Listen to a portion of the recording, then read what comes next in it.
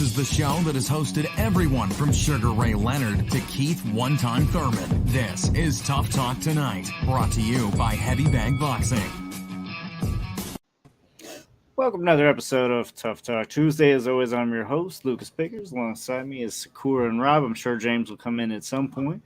How's it going, everybody? Awesome. Ready to party. Let's get it on. Well, we definitely have quite a bit to talk about. Let's just throw it right back out there. Let's talk about this weekend's main card.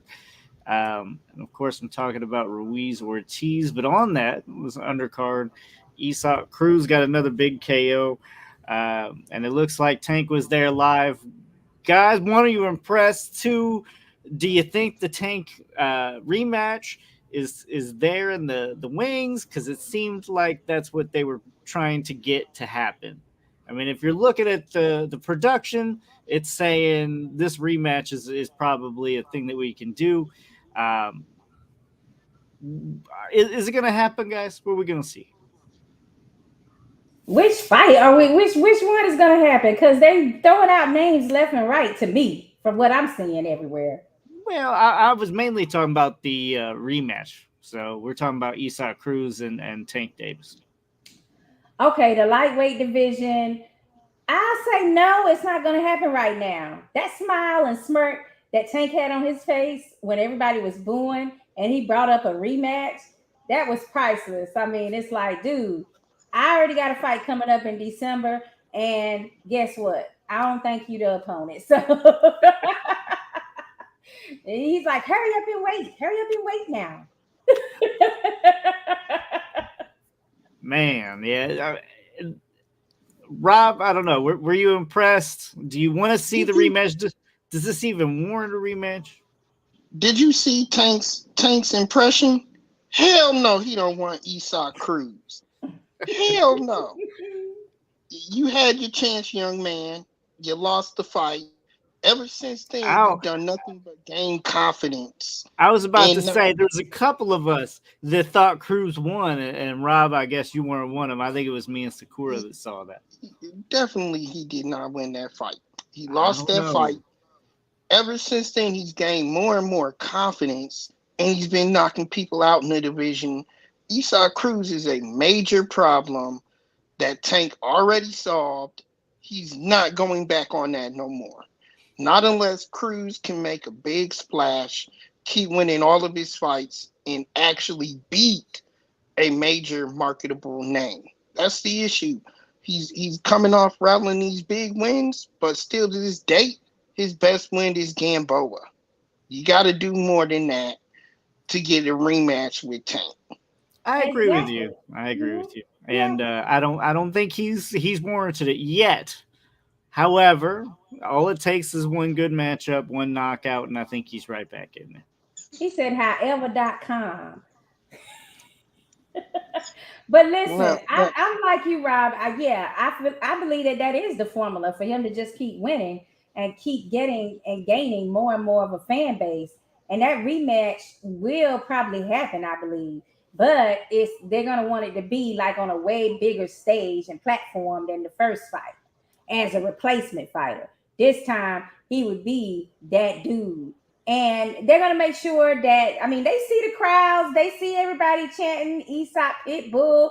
They see all this stuff happening. So they're overjoyed with the fact that it's going to make an amazing fight one day, but not just right now. That's what I feel. Okay. And go ahead, Rob. And Mike Ortiz is pretty much right on line with the way that I feel. You know, like I said, Tank beat him. I feel like there was no doubt. A lot of people feel like there was no doubt. There are a few spectators out there that feel like Esau may have won that fight. But don't make it sound like it's just fans. There's a lot of analysts. You make it sound like the average Joe. There's some average Joes out there that believe he won. No, there's actual following of actual media representation, not just some fan off the wall. There's a few out there, like I said, but like Mike Ortiz is saying, Tank won the fight. The young man, he's on the come up. He's on a not only a winning streak, he's on a KO streak right now. He needs to keep that happening. But I want to go to what Tank was talking about after the fight, because he tweeted Raleigh and Isaac Cruz need to fight each other. Now that would be a step in the right direction. That would be a very entertaining fight. It would be one that's kind of even kill for them two fighters. Yeah, it would be two fighters that both lost to Tank. Okay. But at least that would be, that's somewhere where he can start to lay his head at if he wants to gain notoriety and get back towards a rematch. He needs to be fighting those guys like Raleigh and, others before he gets that rematch. I mean, I agree, but so are you saying if they made that match, the winner should be able to get it back in with Tank? Raleigh versus Isaac Cruz? Then the winner should keep climbing. The winner should keep climbing. Okay. They gotta get a reward. I mean, you're saying that, but I mean, yeah, Lucas is right. There's a lot of us out here that felt that fight was at least a draw, if I'm being honest. Especially with the hand injury that later we found out they said publicly that there wasn't a cracked bone or anything going on with that hand, but that it had got, roughed up a little. I don't know about that, but I just know that, Tank did what he had to do to survive those last rounds once he was hurt. And he did use boxing skills to get out of Isaac's fray, when he wants to go pit bull mode. Tank kept him at bay a lot. However, there wasn't a lot of punches thrown in those later rounds at that point, So it's a toss-up. But what I can say is that it's made fans more intrigued with a matchup than a lot of pundits and a lot of promoters that's involved wanna deal with right now. So that's the issue. But at the same time, they love the energy and the fan base that Pitbull is now discovered, because he took on that last minute replacement and stepped in the ring with Tank. So he's starting to get that momentum just from fighting him. It elevated his name. So they're just probably trying to build up even a bigger audience for him. But hey, the fans in that arena in LA, they showed like they was rocking with Pitbull. Mm-hmm. So they booed Tank. They was like loud whenever Pitbull was on the mic and was talking. He also called out Devin Haney as well. So that's another lane he can try to slide into. I'm pretty sure it would be like, a whole nother 6 months to a year out before that would even be discussed at this point, since Devin Haney is about to fight Kambosos in a rematch. So, and then I heard that they're trying to line up Lomachenko to come in after that if he retains those titles. So we're looking at a long haul for Cruz to go, in that direction of Devin Haney. And if he wants to catch Tank, and Tank's elevating, he's wanting bigger and bigger fights. He's going to go with the more branded, marketable fighter at this point. So he's going to have to start calling out some other people too, besides just those two. Yeah, I kind of agree here. Let's see. Mike Ortiz, we all know Cruz versus Haney would never happen. That's a terrible matchup for Cruz. I think stylistically, that's just a nightmare, and I don't think Cruz wants Haney. I mean, let's be honest. Any smart promoter would steer him clear that way. The word I was thinking was nightmare. Him versus Tank, I think he has a better chance of beating Tank than he would beating somebody Haney style. It's just that style for me. I think it's gonna nightmares for Cruz. So yeah, I completely agree there. But who knows? Because Davis has his hands a little bit of everything now. I mean, it sounded the other day like he was almost agreeing to terms on Twitter with Ryan Garcia. So who knows? I think Tank's got his hands a little bit everywhere, and I don't think there's room right now for Isak. Once things open up for him, I might be able to see a rematch down the line. I mean, I think the first one was an amazing fight. I mean, definitely rewatchable. So I can only imagine that a lot of people would like to see that playback. Yeah. Maybe Joseph Diaz. How does that sound? I like that. That's a good matchup. That's a good one. Yeah. Same. But I mean, the thing with Isaac Cruz is that he's going to look good because he's always firing away. And I think that with the caliber of fighters that he's looking at these days, yeah, he's going to look all right. You step crowd up to that pleaser. next level. He's a crowd pleaser. You step up to that next level and you try that style with some of the sharp punchers or straight 1-2. He's in trouble. Yeah, I mean, Gotti's he's got that Gotti style, you know. Even if he loses, you know, at least it's gonna be entertaining. Well, no, he's got a lot of things that he's got to work on. Oh, Isaac does, and one is moving his head. And if you don't believe me, just look at the Jose Valenzuela fight. So I do want to say before we move on, because on that particular topic, but the topic of it was actually the KO, and we're kind of going along on who should he fight next. That was a great KO by Isak Cruz.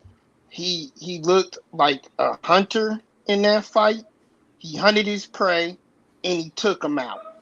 And at that level and at that weight class, that is something that is unseen. We do have Tank who kind of does it on a higher level, but the way Isak goes in and fights, y'all, he definitely is a star in the making with that knockout. I was very impressed with that knockout, and that's all I'm going to say. Agreed. We can move on here. Let's talk, of course, Andy Ruiz knocking down Luis Ortiz. But Ortiz firing back. I mean, what a fight! What a heavyweight fight, guys. One, what do we think about Ruiz? Was it a good showing? Because I've heard mixed things, and I wanted to get your guys' take on it. I think Ortiz did what he could, given his age and his experience and his his tenure overall. He's slowed down a little bit, but he's still got some punch resistance and then some weakness too, because getting hit on the head, and he gets hit on the head and he goes down. His punch resistance is very, very light there. He had a good opponent. Andy Ruiz looked pretty good. He didn't look great. He looked pretty good. But if you're asking me about Ortiz, I wouldn't expect much more from a 43-year-old who's been knocked out a few times.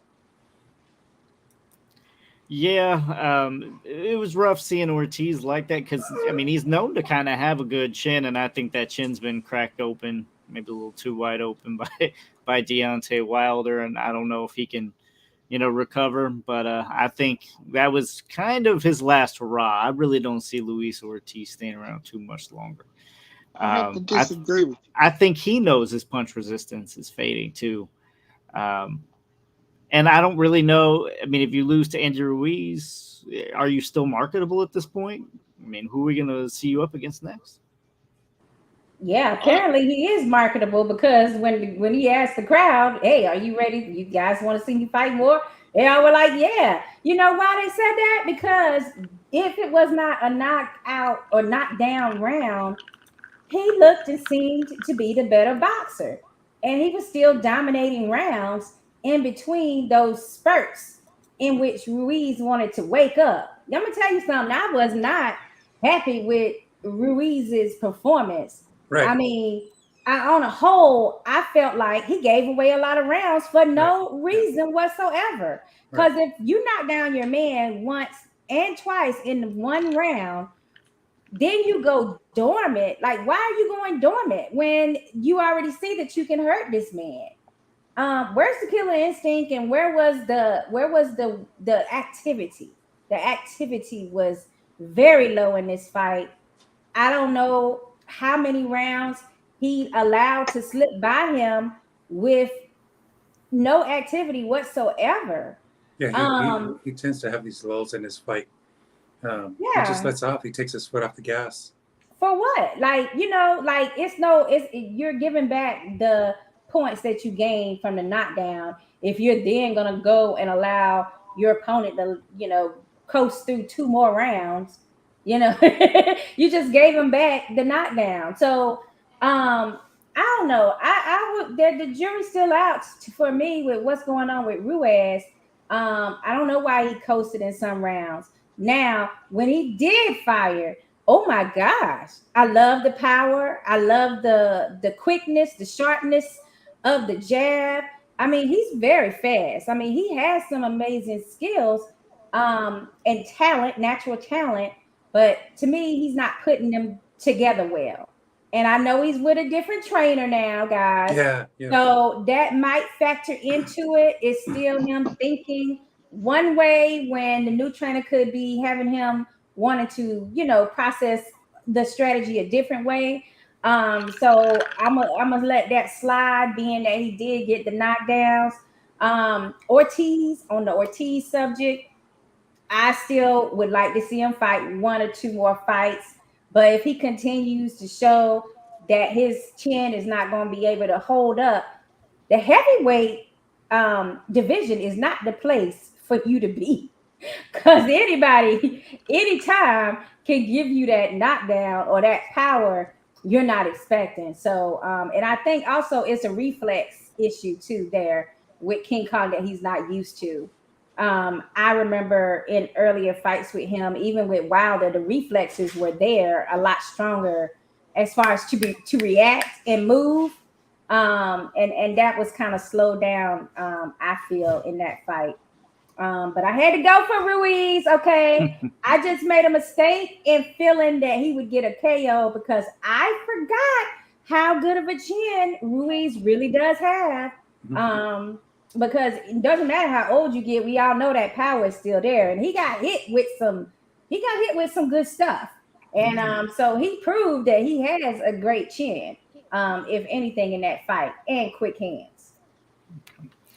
Yeah, I mean, what you said about, I lost my whole train of thought. Damn it. I'll fill it in for you. I'll fill it in. The reflexes, when I said his reflexes were... No, okay. So I had a thought process and it ruined. Ruiz and his coasting, I think that was kind of planned out. I think he wanted to make sure that he was able to pace those rounds to be able to make it deep in this fight, especially against a veteran like Luis Ortiz.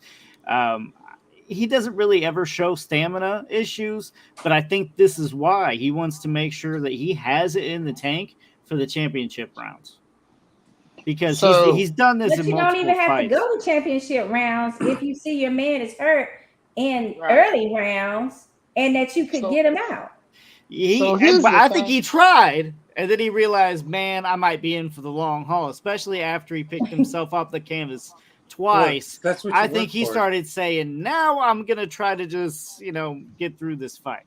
That's what you work for, is the long haul. You got to be ready for it. Ruiz, you can work for it, but also knowing yourself and knowing your own stamina, I think it's very smart to try to pace some of those rounds out. Listen, no, if you do that, then you got to be able to. If you do that, then you got to be able to box. Ruiz is not a boxer, okay? So for a heavyweight, I somewhat disagree. I'm gonna agree that he's not, the world's best boxer, but for a heavyweight, he's a boxer. I'm sorry. Joshua, and he was getting outboxed in this fight. Hence is why it was so damn close on the scorecard. When the hell have you heard of a fight being this close with 3 knockdowns? It's unheard of. So that's not it. Now, let me tell you like this. I think Ruiz actually did get hurt by some of those punches by Ortiz, which actually surprisingly tells me that maybe he punches a little bit harder than Anthony Joshua. because Ruiz certainly took it to Joshua in that first fight, and he took him out. Even though because he knew he had to. He couldn't outbox Joshua. In this fight, he kind of let off the gas pedal a little bit because he was a little bit afraid of that power. I think Ortiz does hit a little harder than Anthony Joshua. That being said, though, he did go after him and get the knockdowns when he needed to. And really, guys, that was the outcome of the fight, because that's really those 3 extra points is really what carried him and won him the fight. Right. Mm-hmm. Now, that being said, Ortiz, you got to give him credit. As old as the man is, he got off the canvas and he pushed the action in the fight to score those rounds. So I definitely want to see what he can still do in the division. I don't want to write him off yet because he was able to stick it out there.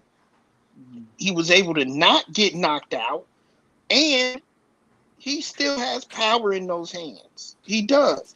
Like I said, he definitely made Ruiz think twice about going for the KO, and I think that was a big difference in this fight. I think lately, and here's my thing is it's not from an entertaining standpoint. Of course, I could definitely see Luis Ortiz back in the ring, and I would be perfectly happy. I'm more worried about his safety. I think the last 3 fights are significant drops in his ability, one, to take a punch, boxing ability overall. I think you've seen him get worse and worse pretty significantly those last 3 fights, to the point that I'm wondering, one, who he can beat. I know, his boxing ability carried him through those Ruiz punches, but what are we going to do if he, gets a Wilder rematch again or something like that? I mean, we can't see that again. Like, he's really going to get hurt. Lucas, you have to give him credit, because what we could have saw was him using his boxing ability and staying away from Ruiz and not getting in that pocket. And then it would have been a boring fight. It really would have been a boring fight. So you have to give him credit for standing in the pocket with him, trading those shots. He got the worst of it, but you got to give him credit for at least sticking out and doing it that way. Look, I do. But I think if you take this fight 5 years back, Ortiz wins unanimous decision 9 out of 10 times. This is old age, and this is the fact that he's able even to compete with Ortiz and his Cuban pedigree. Like, I really don't think it would be all that competitive. I didn't think his stamina was that bad either. I didn't never see him get too tired in that fight either, Ortiz. So those issues are bad. But when you go back to Wilder and his knockout, here's the difference for me, is just that Wilder was knocking out everybody. The only person he hasn't like completely knocked out was Fury. So that pretty much equivalates you as a heavyweight. You got knocked out by, it's kind of like when people were fighting Floyd and they and Floyd was just, oh, you got an L by Floyd. Okay, your career is still good. No, I hear what you're saying, but he got dropped 3 times by Ruiz. I mean, right. Well, he's not the hardest puncher. Well, first of all, okay, I ain't want to go this deep in it, but because it's not that significant. But the second time he was knocked down was really like more of a push down. But they counted as knockdown because he had hit him previously, so they counted it. But I mean, yeah, there was 2 knockdowns, and like I said, they were there. I thought I did see some diminishing of his reflexes, because I think that's the reason why he couldn't move from that Ruiz punch, that the hooks when they was coming in, or that quick jab. But also it's because Ruiz really does have some quicker hands than a lot of heavyweights have. Oh, he does. Yeah, and he works in combination. And them small arms, they come so fast. Yeah, he got to jump up to you. Yeah. He know how to like pull it out. Now, for me, when you say, oh, you go for the long haul in a fight, for me, it's like, yeah, but when you do decide to play it safe and go those extra rounds, you are putting yourself at jeopardy and increasing your risk that you will get knocked down or worse. So I always feel like it's better to get your man out while you got him hurt. Like if I done dropped this dude 2 times, I'm finna go in for the kill. Like I was missing that. I like my boxers to have that killer instinct, where we not finna get paid for overtime anyway. Let me go ahead and get you out of here instead of me consciously worried about, am I gonna have enough energy later in the fight? I do. I think you're supposed to be having more energy. Yeah, I think he was just playing it safe. He didn't really trust himself enough to go after it. I agree. All right, let's talk a little bit about where he goes from here. So, Ruiz, I don't think he's, you got the trilogy, or at least the three, I should say, the three amigos there at the top of the heavyweight division. So, and I don't think Ruiz is really going to be welcome right now into those three. So what do we see happening here? Because right now we have Tyson Fury calling out AJ. Let's see. We got Usyk isn't available till next year. Is it a move by Tyson Fury to take AJ now? I mean, yeah, it makes sense, right? And especially before AJ loses again to somebody else, it makes the fight even less valuable. Well, first of all, you can never, trust in a sense what Fury's saying, because he says a lot of things. He retires, unretires. He's offering AJ a fight now, and so that's a big thing. If they can do that, I think that it would sell in seconds. They fill Wembley. I don't care to see fights in Saudi Arabia or UAE or any of that, but Wembley would be perfect, and they could have their 95,000 people and get it on that way. And why not? Why shouldn't they? So he lost his last 2 fights. Big deal. Deontay Wilder lost his last 2 fights, and he's ranked number 1 by the BC. So, hey, it's boxing, right? Anything goes. Let me tell you something. Okay, I like what Kangaroo Jack, he's saying Usyk isn't available till next year. Is it a smart move? Is it a smart move by Tyson Fury to take AJ out now? Yes. It's a smart move. It's a smart business move. I agree. Because of the money that's involved with a UK fight with 2 UK boxers and the fact that he can't travel right now anyway. So, I mean, it's an amazing opportunity. My thing is the first part of what you said, Jack, which is Usyk isn't available. Who said he ain't available? We're going on board what these guys are writing right now. I haven't heard Usyk say, I don't want to fight this year. Not when it comes to me being unified champion. No, I think Usyk wants that fight. That's the type of stuff I ain't trying to sit out for, right? Because all it takes is one transfer, and now you're no longer fighting. You're no longer even fighting Fury for that title. You could be fighting AJ. Well, technically speaking, but I mean, who's expecting AJ to win that fight? But which would you rather see? Usyk or AJ? Versus for me, Fury? I want to see the championships put together. I want the unification for all the belts, and I would like to see Fury be able to have that before his career ends. So for me, yeah, I'd rather see Usyk, but I know the bigger money fight is that AJ fight. But what really, I understand the money dynamic and that it's a lot to pass on. All the logistics work for Fury and AJ, but damn, guys, he just didn't earn it. He didn't earn it. It's hurting me. I don't like this crap. You didn't earn the fight. I think it's perfect. You just lost a fight to Usyk. He retained all 3 titles. Damn it. That is the only thing that irritates me. I understand the business thing. I understand it. That's the logistics work, all this stuff. But it just gets under my skin to no end that you got other heavyweights that would love the opportunity to get some of these titles, because you got 2 people holding all the belts right now, and they're all being held up from their opportunity for that championship title shot, because we're gonna throw AJ in here first, then we're gonna go for Usyk. Now is who's okay? Now he's gonna retire. Now they gonna disperse all them damn titles. They know what I'm saying. Everybody gonna have a title. You get a title, and you get a title, and you get a vacant title. Come on now, guys. Like, this is like a slow snow slope. I mean, Come on, y'all got to. But that's the way boxing works. The super champ doesn't always fight the interim champ. They both go different ways and fight other people.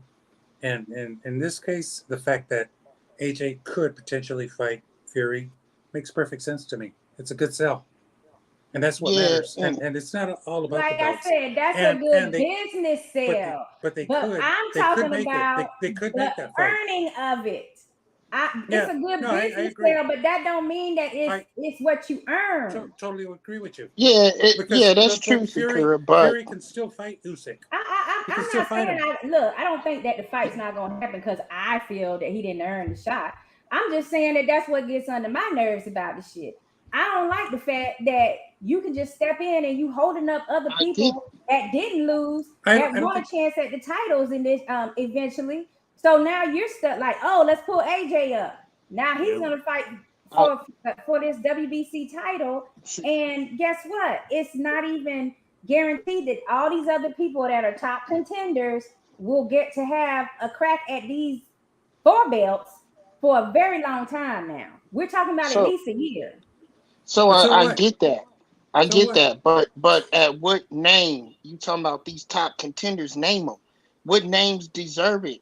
Now, let me put some perspective though first.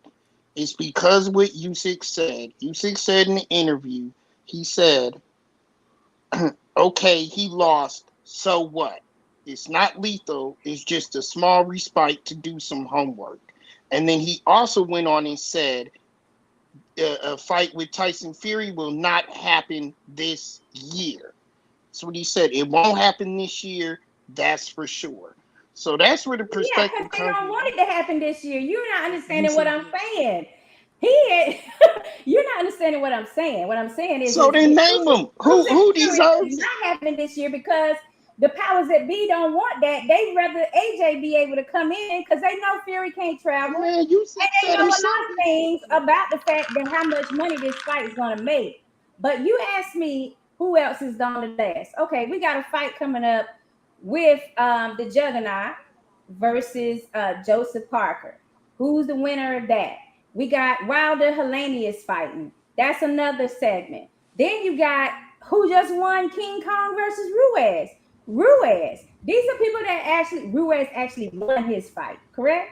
Like, we can't listen. This is the reason why boxing fans are leaving in droves because of these type of moves.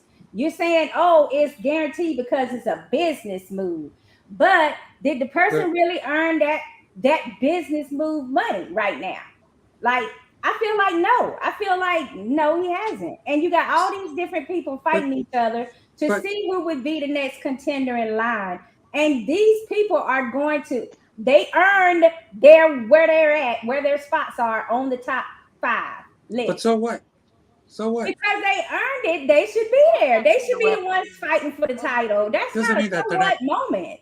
Hold on, it doesn't mean that they're not going to get the shot. I mean, this is the reason why MMA is what it is today. This is why it's growing and boxing is failing. Because you're just saying, so what, to the fact that these people are earning their place on the rankings to get to these title shots, and that it's okay that somebody who just lost their fight gets to fight for the title shot.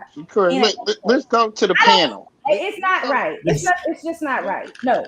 Lucas, does AJ deserve the shot?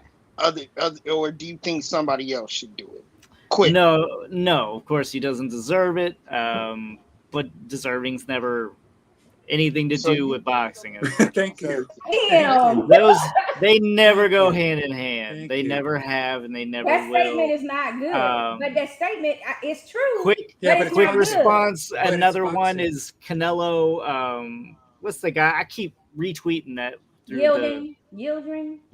Yeah. Like, come on, man! You gave a dude a belt so he can lose it to Canelo. Like, nah, man, come on. I don't. Now let's definitely he won a fight. He earned the fight. You know. It is, but it isn't. It's talking about how boxing about the sport, about the business. I get the example there going on, but the thing that I think James is going with, and I'm going for, Ruiz saying Ruiz just because he won his last fight means he earned a shot. AJ's already beat Ruiz, okay? And Ruiz doesn't have and Ruiz the has already resume. beat AJ. And Ruiz already beat Ruiz, AJ. What's the matter? And Ruiz doesn't have all the resume of the names that Joshua has. You talking about the winner between, I guess it was Joyce and the right? Juggernaut Joyce versus Parker. Those are two Joyce and people that Parker. have worked their Nobody way wants back up the list. nobody wants to see any of those guys in that fight. Then you talk about Wilder Helenius. This fight right here with Ruiz versus Ortiz is supposed to be a mandatory for the winner of that fight to see who challenges for the title. Yeah, I guess I'm So nobody. even Right, it's see. a semi-eliminator fight. It's what we were told in the last day that these two guys have to fight each other. Whoever the winner of Wilder Helenius is will be fighting Ruiz, basically. Well, you know who the winner of that is. So I don't mind seeing that either. I mean, I'm just saying I don't mind seeing it. Lucas, let's move on. I was about to. Any ending comments, I guess, go ahead. But the only thing I want to say about this subject real quickly is that, Sakura, you're looking for some congruence in this sport about where this guy won this fight and he gets this next fight. And boxing has never worked that way. There's no congruence here. But I agree with you. That's the idealistic. That's the ideal boxing. The ideal look of boxing. You're absolutely right. Correct. I totally agree with you on that. But there's never been any congruence in the sport. It just doesn't work that way. We'd like it to. It should. It just doesn't work that way. I agree. AJ should go right down to the bottom of the barrel, but it doesn't matter because really, even if he's fighting the bottom of the barrel type guys, he's still going to sell, those big fights. He's still going to get numbers no matter who he fights. So, well, let's look at it this way. If let him do if it. AJ was to fight Fury end of the year, early next year, I guarantee you the four of us would be watching it. Ralphie says AJ need to get back in line. I don't know about that one. That chance. And he beat hell out of AJ. AJ beat Ruiz. Maybe the third fight. I'm right now. I'm like those two seem evenly matched with their last couple fights. Maybe AJ Ruiz 3 would be just as entertaining. I don't know. I mean, you got 1-1. You got to get the rubber match some point. Who's really the best, right? We need to see the end of the series. Why not cap it off, guys? I guess I don't want to drown it out anymore. We talked a little bit about it too much, but I don't know. I'm wanting to see the trilogy. I would like to. Sure, I would like to see that. I think it's fitting. Honestly, if we were basing it on who lost and who won, we would be looking at a Wilder and an AJ fight right now. Like, because those two won lost their fights again. Do a loser bracket. Loser bracket. Yeah, but he didn't earn it. Who didn't earn it? AJ. He didn't earn it. Right. He lost his fight. So instead of getting the Tyson, he gets the Wilder. I was just joking. Listen, he gets to get knocked out. He earned that. All right, guys. I want to talk about this weekend's coming fights, an amazing women's card that's on. Let's talk Shields versus Marshall, guys. It's going to be a hell of a fight. And for women's boxing, it's going to be a great event. Sakura, you got to be looking forward to this one more than even us. No, I'm looking forward to this one. No, people assume that. Because I mean, you're a big advocate for women's boxing, and to have this kind of a card seems like I knew she was gonna answer you, Lucas. Let me take the round. I'm looking forward. No, I really am not and more excited than I am about some of the men matchups that I really want to see too. But I am elated. That's the word. I'm elated for the fact that men are taking a lot more interest in this particular boxing card with a double header in these two lady matchups, which the matchups are amazing. And they're both unification bouts for 4 belts. We are not going to get anything as special as this for quite some time after these fights, because of the fact that the belts are never together in that fashion. So it's gonna be great. I can't wait. I think this is the best opponent that Claressa Shields has seen. And the scariest, like she's, what was that, like an 88% KO ratio? It's up there. And when you Shields is compare even some of the, the mutual fights and fighters that they have, Marshall stopped them. Yeah. Whereas they went unanimous decision against Shields. It's very interesting. I mean, this is actually one where I'm considering maybe someone could finally dethrone Shields. I don't know. And we've been waiting for this kind of a matchup when Shields would be tested because she has just been so dominant, just rolling over her opponents for the most part. Sure. Yeah. Not KOs, obviously, but just simply outclassing them. So it will be interesting to see how she deals with Marshall's style, the long arms, and the power apparently that she possesses. But guys, both matchups between Michaela and Alicia Baumgart, that's also a scenario where you have one that's known for their power and the other one known for their boxing skills. So it's like the same mirrored fight between both matchups. So people are going to be looking for these women to really deliver and give the fans the knockouts that they've been craving for women. So that's a little added pressure for those two women that have the most power or that is known for their power. Well, to me, Yeah, I feel like people are gonna want to see Alicia repeat knockouts, and I feel like Marshall is definitely one where people are gonna expect a knockout. Most of her wins are from stoppages or knockouts, so yeah, they're gonna want her to continue that.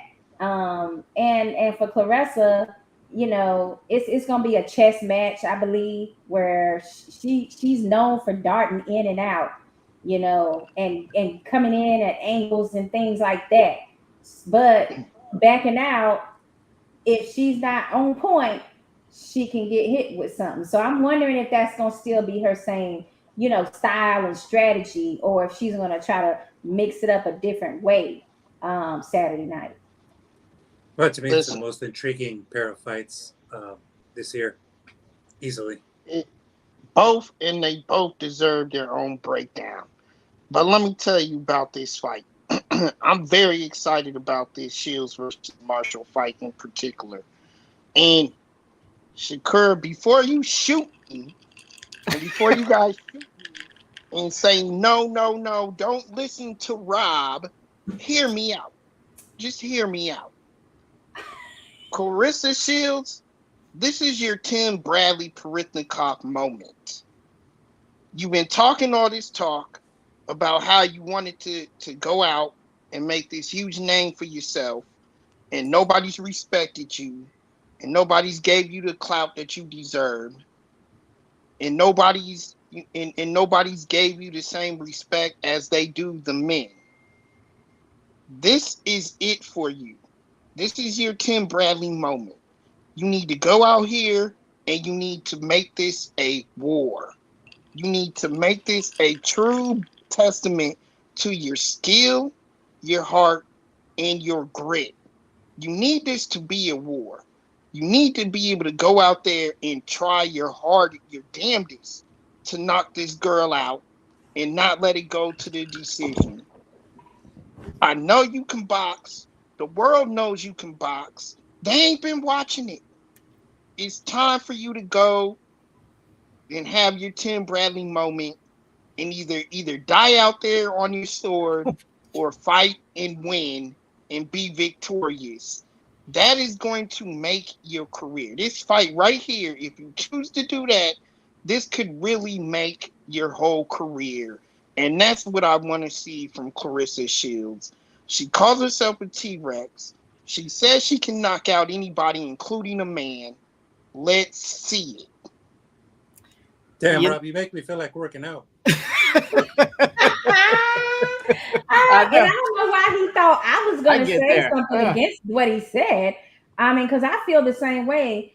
You don't ever want to be on such a huge platform and not perform in a way that turns fans to your fans. And if she is doing her slick boxing, which is amazing, I mean, yeah, she does that. But if she want to gain some of these fans over there and really get them popping on her side, and everybody knows that UK fans are the best fans, guys. If she want to get them type of fans on her side, she got to do something extraordinary. I don't know if she needs to die in there now, Rob. You went a little far with that one, but I do feel like she needs to stand out, and she needs to, um, show that she can be in the pocket, and firing and missing shots and take a good punch, and like we want to see excitement. We do. So I agree with you partly. I just don't, she still got to be smart about it, because you don't want to go charging in and banging it out with somebody that's known for that type of power that Savannah Marshall is made of, because you'll be sitting in the L corner and Savannah's going to ride off with your titles. But that's very well what could happen here. Knowing Claressa and her heart, and her style. Mm-hmm. She's coming in for war. And not holding back. I think Rob's right. I mean, this is kind of a fight where, this doesn't come around often. You're going to have a lot of eyes on a closely matched, opponent, which is, again, for Shields, it doesn't really happen very much. So people will be tuning in more simply for the fact that, Shields finally has some competition. And with those eyes on her, she does have to perform. And this very well could, bite her in the ass, being she going out on her Shields hype, like Rob is saying, because Marshall she can thump. There's a good chance that can happen, as James was saying. Do we want to do that already and go over predictions, or do you want to go to the other fight first? Well, I did have one more factoid just to tell you guys. The last time that Claressa Shield was dropped was in 2018 against Hannah Gabriel. That's a long time. So well, when you have a fighter like Shields who's always moving forward and throwing in volume, that's going to happen. It's going to happen. I'm done with it. I'm okay with it. I mean, that's the way she offensively scores that way. Sure. And is able to get the rounds unanimously in her favor. It's just like what you mentioned, James. So she has to find a way to be able to get in, which she will find that way. That's how skilled she is. But when she's coming out, when she's backing out of that pocket, because she likes to go in and out, kind of like a Pacquiao does. So when she's backing out, she got to be ready for whatever. That's what we're gonna see. That defense got to be on point, and then some. Luckily for her, I mean, Marshall has more of like a ranging jab. It's not really, being thumped out there. So I think Shields is gonna have her hands full, but backing out, I think she'll be okay. Watching Marshall jab, I just could not help but think like Shields is gonna be able to counter this quite a bit. And I think she'll be able to get inside. It's just a matter of once inside, can she handle the power? Can she hang toe to toe with Marshall? And that is where I have my question mark. That's where I'm not sure. That's what I want to measure in this fight. And Lucas want to get her hit, y'all. He wants to see that. He want to see Claressa get hit. I want to see Shields get rocked and see what she's made out. Yeah. Actually, Lucas, I want her to stay in the pocket. Because like you said, when she moves out Shakura, that's when she's susceptible to get hit and caught with a punch. I want to see her do a Tim Bradley in this fight. I want to see her say, you're not gonna outduel me. I'm gonna take it to you. I'm gonna stay in the pocket and I'm gonna beat you. That's what I want to see. Honestly, I mean, she might want to make it a little dirty like that and get inside, get as close as possible. Marshall's got some long arms, which may be hard for her to get if it's smothering her own punches type thing with Shields on the inside. But let's point. That's why I said I'm interested to see her strategy in this fight, like how she deals with somebody that's tall and rangy, like the Hammer was. The Hammer, she was tall and rangy. She was taller than Claressa and rangier, but she dealt with that handily. So it's like we got to see if Savannah's Olympic background and pedigree, if that's going to come into play or not. For sure. So who's going around? Who That's we think? I was just coming to you, Rob. So you say you want Shields to go out on her shield. Do you think she'll do it? And how do you see this ended up? I honestly believe that by her going to MMA, that actually invoked more of a fighter spirit in her. And that loss that she lost in MMA, made her realize and learn a few things that she didn't have before. We all know she's a great boxer, but is she truly a true fighter? That's what Marshall's should bring out of her.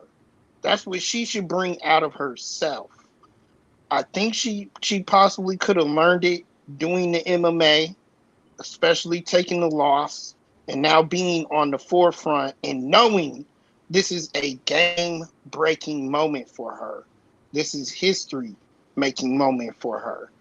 I think she's going to find a way. I think she's going to go in the pocket, just like we saw when Tim Bradley, Shakira talking about don't get killed. I think Bradley got killed and came back to life in that fight with Parithnikov. And I think something like similar to that, yes. and I think Claressa has greatness in her, and she can do the same. I think it's going to be a hell of a war.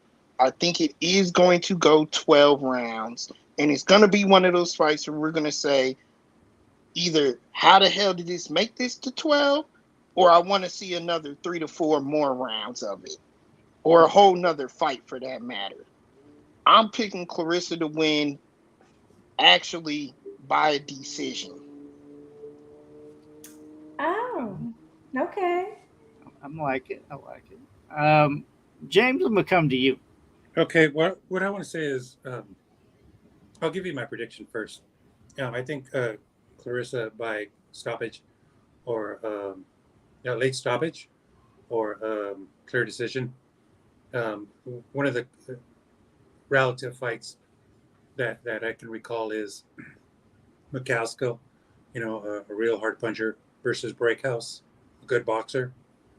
Generally, the boxer wins. McCaskill overpowered her. I think that's what I see happening here. Claressa just a little bit too much power, too much volume. Just the offensive nature of her fight will win the day. So pretty easy. Shields by stoppage, late stoppage or decision. It could be. I think that it could be stopped. And I think this is a 10-rounder, not a 12-rounder, but I'll check. Yeah, it's a 10-rounder for women. They that's their championship. They don't go 12. Yeah. So, but I was thinking, this is worth checking. But yeah. Yeah. What I want to say is there's never been a doubt in my mind that Claressa is a fighter. Growing up in growing up, I'm sorry, I can't talk right now. Growing up in her hometown, growing up, It's Detroit, Michigan, right? Detroit. No, not Flint. Yeah, Flint, yeah. The water crisis. But anyway, I'm saying from the moment that little girl was born, she was born to be a fighter. She's born to be a star. So for me, I don't see no problem with her being a fighter. And she definitely got a lot of killer instinct in there with all the ladies that she's fought. I don't see that as an issue, whether or not she's a fighter or not. To me, she was born a fighter. But that's just me talking with my candy curls as a kid, and those little cotton ribbons in my hair, the fluffy dress, spoiled terribly. But I just feel like the girl is somebody that you got to deal with in the ring, and she has a killer instinct. And I have to stick with Claressa. I can't go against her. I can't go against her. 0! You got 0! How many golds? I got 2. You got 0. So I'm going with Claressa. That's the steady bet. I'm sticking with it. It's like this. It's like Marsha would have to catch her. And there's also another pattern. When an Olympian gets beat, if two Olympians, one of them gets beat in the amateurs in the Olympics, they saying that Claressa could have a chip on her shoulder when she lost to Savannah Marshall. But guess what? When you get to the professionals, baby, it's a whole different story. Usually the person that, didn't win in the amateurs is the person that took off and really is the dominant professional boxer. So those are two reasons why I believe Claressa is going to win this fight. I think it'll be a unanimous decision win. Now, are you saying that she's a little abrasive at times? Is that it? Is that it? Come on. Yeah, I believe she ain't scared of nobody. And I think if they'd have actually allowed her to fight a man, she would have probably fought a man. Well, like if they'd have actually let her do it, she would have tried to do it. So yeah, I think she's proven she's a fighter. This fight's hard for me to pick. It really was. I so badly wanted to pick Marshall, but I think a lot of you kind of echoed what I was going to say with Shields. My other thing is stylistically, I can see it also. Shields playing right into Marshall's hands. And yeah, I would not be surprised if this does get stopped in Marshall's favor. But I think more than likely, 9 out of 10 times, Shields is going to walk away with this one. So I'm going to pick Shields unanimous decision, but I do want to discuss still the other undercard there. We are not going to discuss the Adrian Peterson versus Levon Bell. That's about the extent of that. Oh, man. But I do want to talk Michaela Mayer and Alicia Baumgardner. Guys, another great fight. Co-main here. We got 10-rounder for Mayer's WBO and IBF junior lightweight titles. Who wins in this one? It doesn't really. I think the crowd wins. This is going to be a good You're fight. Right. You're right. Yeah, I really like Baumgardner in this one. Kind of wearing Mayer down, but I want to see a stoppage for her, and that's what I think is honestly most likely in my boxing brain.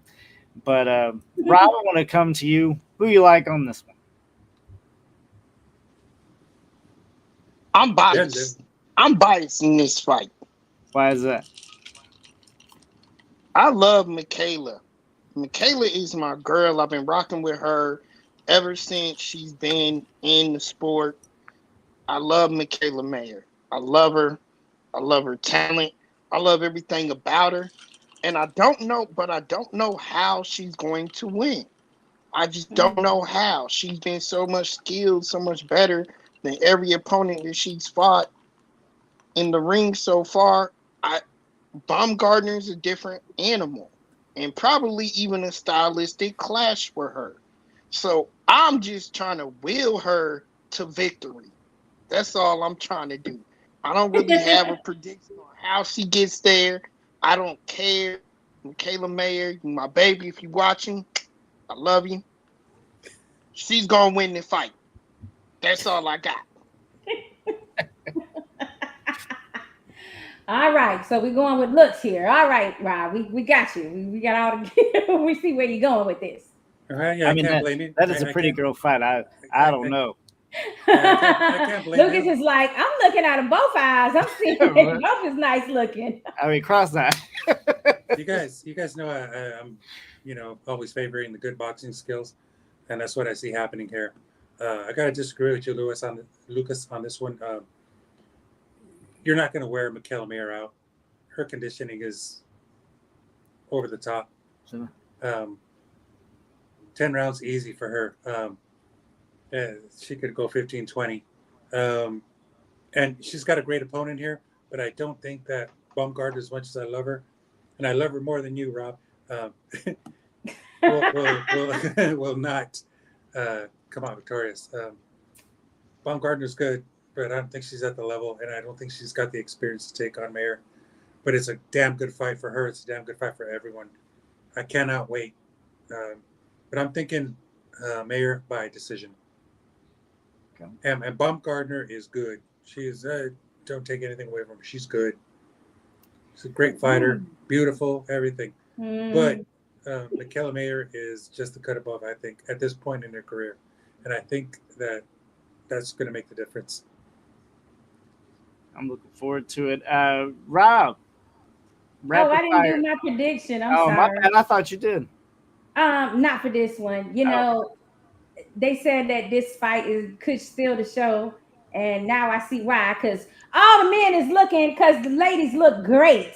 Okay, because they're gorgeous in this particular matchup. But no, also it's because both are very skilled. One is 17-0, the other one is like 12-1. I went and I looked up exactly whom Alicia lost to, and it's someone who didn't lose a fight until they got to Katie Taylor. So that was a high. She's also a Dominican Republican, but she grew up, or she lived in Greece, so she's representing Greece. So I'm just saying, this is somebody that had to be, you know, good enough to where they got to the level of a Katie Taylor, and that's the only person that they couldn't get through. So her competition might be like really up there as far as when we think of women and not having as many pool of boxers as men do to pull for opponents. So Mayers, of course, has that skill level, and she is in great conditioning, just like James says.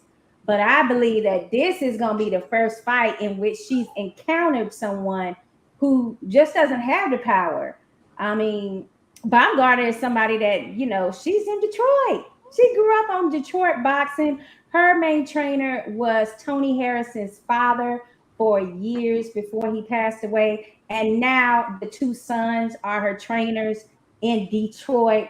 She's getting that work that she needs. I think people are underestimating Alicia's skill level. So that being said, this could be that fight in which Alicia does have the right to say, I'm going to walk the dog, because she feel like I'm the first opponent that Michaela has met that not just has power, but also has skill. She's more of a complete package, guys. And for that reason, I do have to try my best not to be biased and really go with Baumgartner, because I think that she's capable of giving Mayer something that she has not seen before. So that's my prediction. Ooh, I gotta. You saw the fight with Hamadouche. I think I did see the fight with Hamadouche, but I don't think she has the kind of power that Alicia would be packing. Oh, I think Hamadouche is a lot stronger than Alicia. I don't know, man. I guess don't know that even Tim Bradley and them are saying how hard Alicia punches. That's more what I was thinking too. I thought it was going to be more wearing her out. You know, defensive. Her defense is going to crumble just from all the power. You know, just getting hit repeatedly. But we might be wrong. It's going to be a tactical fight. People don't realize it. It's going to be more tactical than people know, because they are, you know, just sticking the power category on Alicia and not realizing how much pedigree she really has with that tutelage of growing up in Detroit and amongst the type of talent that you get with that sweet science there. Sure. More thing. That's the problem, is people are underestimating that high level skill that she has, because they've seen her with the knockout, you know, 2 fights ago. I would have liked. This has always been the fight that Alicia has wanted from before pre-pandemic. This is a fight. I mean, this has been a target. That Mayers is a target. I don't know if Mayers has had Alicia on her mind or even in her preference, and none of that time. So, you know, she kind of like just came up and like, hello, here I am. You know, so it puts a little different dynamic in your head as far as the mentality. Somebody had you on their mind a lot longer than you had them on their mind, and they feel like they are that person that can beat you. It can come into play. you know who the opponents are, so I'm sure she's been in her mind. But the one thing I want to say is that this is probably the best year for women's boxing, and Yes. last year was also very good Yes. because of what McCaskill did Yes. in beating Breakhouse. And I understand that McCaskill's coming down in weight to 140. Yes. So this is really, really an interesting time for women's fighting. And 2023 is going to be super hot. It's going to be great. I I'm very agree. So ready. We all win this weekend, and if it's one thing you hear from me during this whole show is actually go and watch it. So ESPN Plus is where it's going to be aired. I don't care if you pay, just do the free trial, right? Watch the fight, and then you can cancel that shit. I don't care. But at least support this so that women's boxing can grow. We've seen, I think, just with this year, a huge jump for women's boxing. So we want to support it any way we can, guys. Get out there and get your free trial of ESPN Plus. Watch this fight, cancel it later. Go ahead, Rob.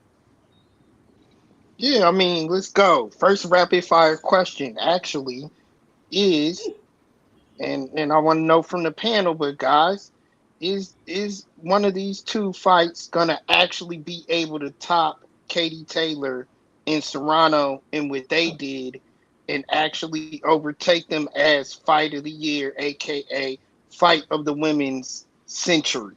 You know, I think stylistically they both have the opportunity to do that. Um, I think they both do. Now, Oh that was an boy. amazing fight, so it may be a little hard to compete with that level, but I think they both have the chance to be there. Shields Marshall, I think this is a fight that could possibly be the face of boxing. I like to say that men's boxing has at least two to three faces of boxing. Of course, you got AJ, you got Fury, you got Canelo. You know, you got those big guys. For women's boxing, I think Shields versus Marshall, whoever wins is coming out of that face of women's boxing. And I think Katie Taylor also right now is face of women's boxing. Um, Serrano's up there as well. But I do think the winner of that is there. I think Shields is it currently, but this is Marshall's chance to steal all that away. For me, I feel like what I like about this particular era is that there are many women's faces that you can apply to it, from Katie Taylor, Amanda Serrano, down the line to a Claressa Shields, to a what's her name? Sanessa.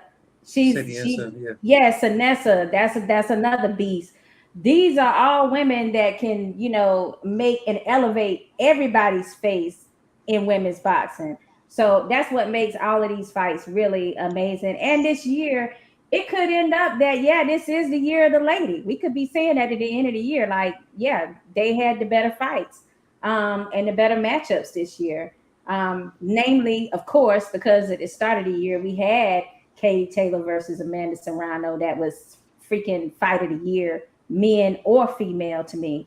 And now we could see what comes up this weekend that could just solidify the females, as a face of boxing, as well as just having fans embrace female boxing more. Oh, it will. It will, without a doubt. Yeah, and that being said, contrary to what you might think based on what I say, but I'm really looking forward to this card, not because of the looks of these ladies, but Liar. because of the competitiveness. It's And both. that's what we've been missing. We've been missing the competitiveness this year, and the ladies are bringing it. That being said, I don't get goosebumps very often, but when you do, you remember that. You kind of remember that for a long time. I got goosebumps when Serrano fought Katie Taylor. I just last got goosebumps watching Serena Williams last play. And this card right here, goosebumps. So I'm looking forward to that. I absolutely hope that Shields versus Marshall overtakes Katie Taylor versus Serrano, maybe by just a little bit, but I'm looking forward to that. So I do have on rapid fire little sad news that we have to go over, but guys, former heavyweight contender and heavyweight great contender Eddie Schaefer's has died at 78. Mhm. He died a day after his birthday, and if you remember him, not too many heavyweights hit like that anymore. Oh So man, he yeah. was a great heavyweight. Yeah, Ali said he was the hardest that's ever punched him. Yeah, he really did, didn't he? I mean, if he was out right now, guys, where do you think he would be fit? I mean, do you think he would be able to compete with these guys easily? According to my father, these guys are pansies compared to fighters like Eddie Shavers. Yeah, I've been hearing a lot of that too. My dad is saying the same thing.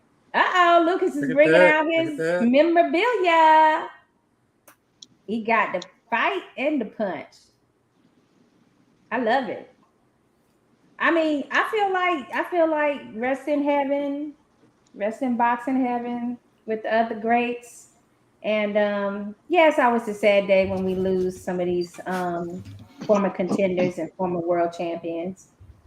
But I like the fact that it's a way that we can remember them, and maybe with influences some people to go check out some of the fights they haven't seen with some of these guys like Schaefer. That's a damn good point. That's something I was thinking about. That a lot of young fighters should look at his footage Yeah. and learn, That is what because my the way father preaches on a he was daily. he was putting his punches together was very unique. Unique in that he put a lot of power in his punches, but his body had a lot of twist. Always hit at full extension, um, hitting numbers. It's very impressive to watch. It's a little different too, in some way. For sure. And just to go over some of the amazing stats, again, Shavers fought from 1969 to actually 1995. He had 2 abbreviated returns from retirement. But guys, his record 74, 14, 1 draw, 68 knockouts. And yes, he was back in the era of 15 rounds because he lost that unanimous. We were talking about to Ali after Ali had a rally and that fight went 15 rounds. So they don't build them like that anymore. Mm-hmm. So my next rapid fire question then, actually, in pondering all the issues that we're having with these heavyweights, and when I mean issue, I mean losses. Anthony Joshua loses twice to Usyk. Deontay Wilder can't beat Tyson Fury at all. For a long time, there was the late, great Emmanuel Stewart. And he was, to me, the equivalent of the boxing whisperer. He was able to revitalize these guys' career, turning them into great champions. Is there a go-to trainer even like that out here right now? And if so, who should these heavyweights be looking towards? Oh, For That's a a while, tough one. everybody thought that it was That is tough one. Reynosa, and we saw how Yeah. that turned out. No, not, especially not for heavyweights. Yeah. No. I mean, I think people like Bertie McGurk with heavyweights, they use him to start out a lot of these professionals, prospects' careers. And then, of course, you got Sugar Hill. Out of all of them and the results that we saw out of Fury right now, I would have to go with Sugar Hill. That's a good point. He manages Yeah. he manages the legendary Crunk Gym after Stewart. I Right. just don't think he's the same though.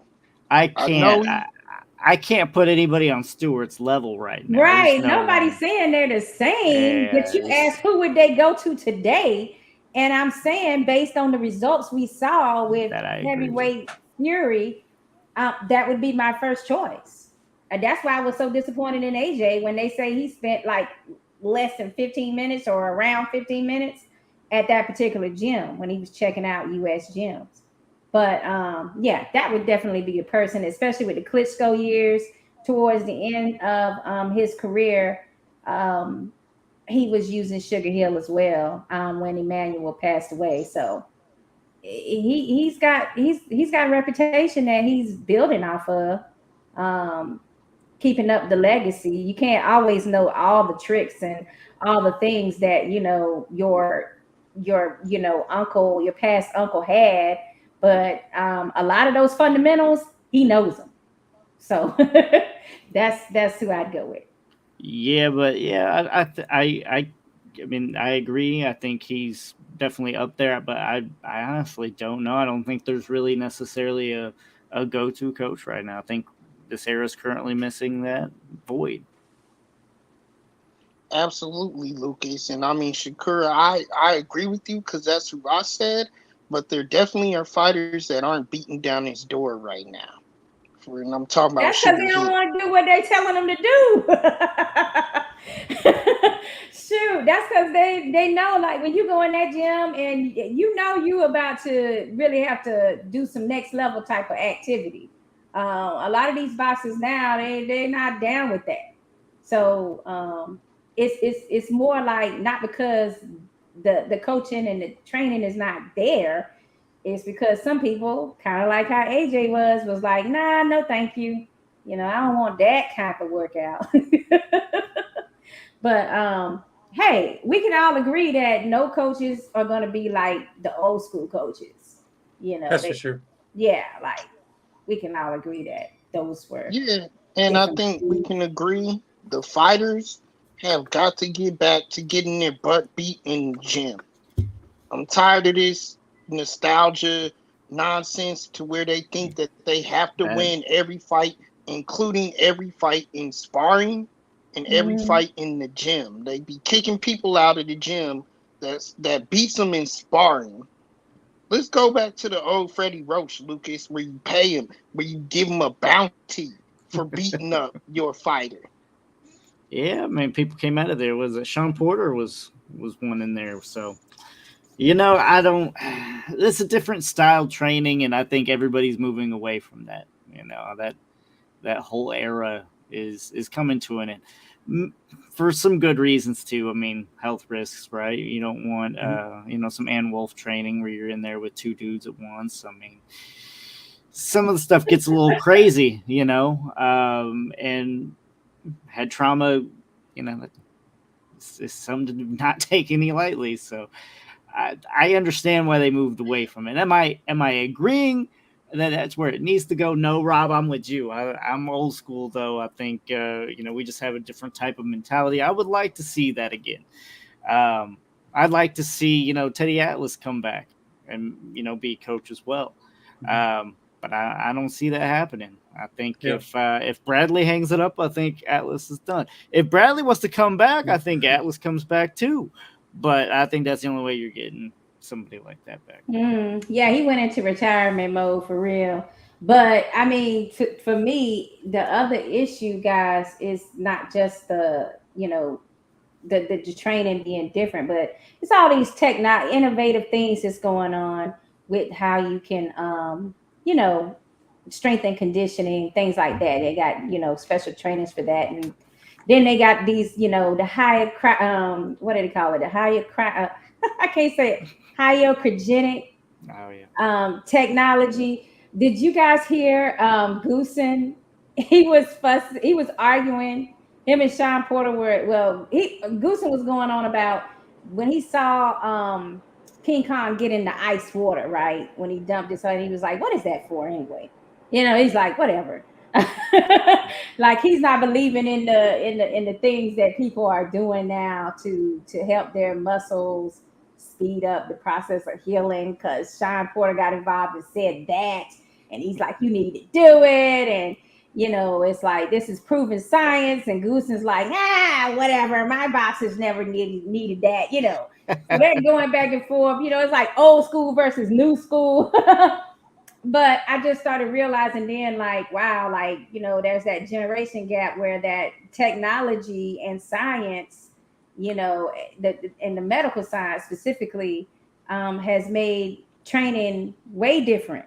You know, for some trainers that's into that, they're gonna use all. I feel like you should use all the tools. You know, if it's proven that it does have a certain amount of improvement in your muscles and healing and different things like that, I feel like you should use it. Everything to your advantage. Well, I'm But sure some it old does. school bosses are like, you can do it the old school way, because that's the best way. Yeah, I'm sure that it does have some benefits because it's used in the NFL and a lot of other sports. It's not just boxing. So yeah, Mm-hmm. I totally Athletes agree in with that. All general. to you. I'm more like, So I yeah. said, Let's go ahead. I'm sorry. It's supposed to be rapid fire anyway. Yeah, Oh, I so was much just for gonna go rapid on. fire. We all Never doing mind. Yeah, soliloquies. go on. go ahead, Lucas. No, go on. I already forgot it anyway. It's already gone. So there's just a mention, and this really is for you, Lucas. But Brian Gumbo had a really good segment in his sports talk show on HBO a couple of weeks ago. And not late, I don't want to say that. The great Ann Wolf was featured in that. And Lucas, she is retired from the sport completely now. However, she did get her odd into the Hall of Fame. She finally did get her credit there and her kudos there. Remember, she's probably the toughest, hardest hitting women's boxer in history. So she did get her odd in the Hall of Fame, but Lucas, she no longer trains fighters anymore either. So she is completely out the game. This is For Ann Wolf. now. That's the good thing about boxing is you can just say the words "I unretire" and it's all back and popping again. You're Uh-oh, talking we Ann back Wolf, to Fury again. So let me just say this: during taping, when they taped the earlier segment on her when she was training, Lucas's all-time great, James Kirkland. When she was training James, there was a fighter in the camp. He was driving her around while they were training, and they get pulled over by the police, right? and the damn car is stolen. Right. That, Pickup truck. amongst other situations, led her to say she's done. She is no longer training anybody again. So I find it hard to believe if she does come back. Mm. Well, I Never wish say she would. never. I wish Yeah, she would. never say never. I think she just got burned out, and you know, she used to take a lot of slack as one of the only women, well, the only woman trainer training a male boxer, and you know, people were constantly tearing her apart. You know, saying one thing derogatory or the other that was really right now something that we would never even put up with. You know, like she was in that generation where things were okay to say things about women that, you know, were in her position. Now you don't have that. So I could see her getting frustrated and wanting to be like, you know what? This is it. I mean, this is the final straw. I love this sport for so many years, and all I got back was a bunch of blah, blah, BS and negative things. So I feel like, yeah, sometimes you just want to retire and you just want to, you know, go on with your life without having people constantly saying things that they should not be saying about you as a female. So I think it's okay for her to retire, but I'm like Lucas, that could change in a matter of 2 days when she see like the next boxing champion, because that's what happens. These trainers be like, oh, I'm done, and then they be like, oh my god, this boxer just walked in my gym and I'm like, he's world champion. Yeah. I And mean, yeah. When you have love for the sport like that, all it takes is that little spark, and you're right back in it again. yeah, Well, she put all her boxing stuff in storage. yes. So That that's where don't mean she's nothing. at. Come on now, Rob. Let's go. Keep it coming. Now, that save the best for last. I'll save the best for last. It's finally been announced. We have Jake Paul versus Anderson Silva for his next bout. Guys, do you feel like this honestly is a legitimate threat to Jake Paul? And how do you truly feel about this matchup? I truly feel depressed that we're talking about a threat to Jake Paul. That's how I really feel. I'm tired of this motherfucker. Either fight a boxer or you're not getting any recognition on our site anyway. Like, I feel like it was almost planned to go wrong so that it can continue to fight a celebrity or an MMA person and not fight a real boxer. He doesn't want in the sport. He's here just for the celebrity of it all, and he's using the sport as an ATM. I'm done with the bullshit. I don't want to see any fucking Jake Paul. BJ Flores, get your man a real fight or just stay out of boxing, please. Like, let's not do this. Like Anderson Silva, no offense to you, but again, you're not a boxer either. Because you can beat Chavez Jr. proves nothing to me. I mean, there's some people in this podcast that might be able to beat Chavez Jr. because he doesn't prepare right. I thought that was a celebrity fight. Also, I was like, ain't that celebrity? I'm picking Anderson Silva. Yeah, might as well. But I mean and that's fine. Maybe Jake Paul will get knocked out. I don't care though, because if he's wanting to take us seriously and wanting to actually go into boxing, then he should be fighting a boxer. Sorry, that was not very rapid, true. But it is. Damn, that was a rant. Oh my God, really Lewis, tell us. Yeah, Lucas said, tell us how you really feel. Here's my response. IDGAF. How's that for rapid fire? Yeah. And you know, the guy's not a boxer. He's not a boxer. He's not fighting boxers. Why do we He's not care? going to fight boxers. And here's another thing. He's not even a promoter because, I mean, this guy tries to put something together. Shit falls apart like it was made in China. He did have a hell of a card. He had the fight of the year. Give him credit. He had a fight of the year card, James. No. Well. He did. Yes. Okay. Take that away from him. You can't take that away from him. Oh my God, y'all have got me dying laughing on this situation here. I like the matchup. I really do. I think Anderson Silva could knock this cat out once and for all. And then maybe Lucas, then we'll have the end of him. But I do like the matchup.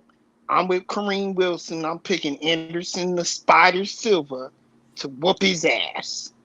Man, I'm hoping Silva forgets which sport he's in and just kicks him dead in the face. Like, that's what I'm hoping.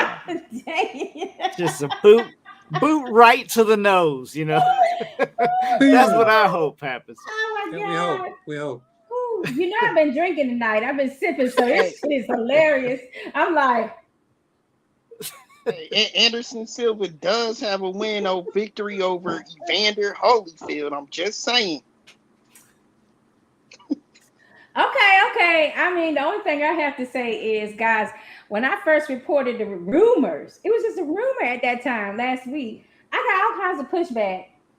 Oh, Anderson and the amateurs, and Anderson had some boxing matches, and Anderson versus Chavez Jr., and Anderson this, and Anderson that. And I'm like, you still ain't making me want to see this fight. Right. Like, I mean, at the bottom, like they had all kinds of like different comments going down the list, guys. And at the end of it, like a day later, I said, okay, guys, thanks for all the extra facts.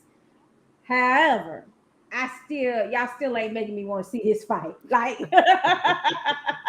you promised me a boxer that's an actual professional boxer. This is not cutting it, Jake Paul. Damn it. You got me, what do you call it? You had me supporting you. And then, because you said you wanted to fight real boxers and you wanted to take the sport seriously, and you have a legitimate, amazing boxing team that you pay for training. Get your ass in the ring with some other professional fighters that's the same age as you. 46 versus 25, guys. You know what that is? That's their ages. Let's stop the BS right now, okay? Because he is going to look so bad if he is allowing a 46-year-old to get in the ring with him and beat him in boxing when they're known to be an MMA fighter. There's nowhere around that. It's the age thing, and it's the fact that that's not his principal combat sports career. it's not boxing. So we can try to make all these shenanigans and turn things around and say that Chavez Jr., when he fought Chavez Jr., was an actual boxing match, all this BS. But Steve Alexander said one word for the Anderson and Paul fight: pathetic. Agreed. Hey, you just wrapped up my rant. Agreed. And I'm gonna end it on that note. I mean, we can't say anything better. I agree. It's pathetic. All right. Thank you all, sir. Thank you all for tuning in. Definitely don't forget to check us out on all of our social media at Heavy Bag Boxing. Of course, Tough Talk Tuesday airs every Tuesday, 9 p.m. Eastern, 6 p.m. Pacific. We appreciate you tuning in, and you have a good night.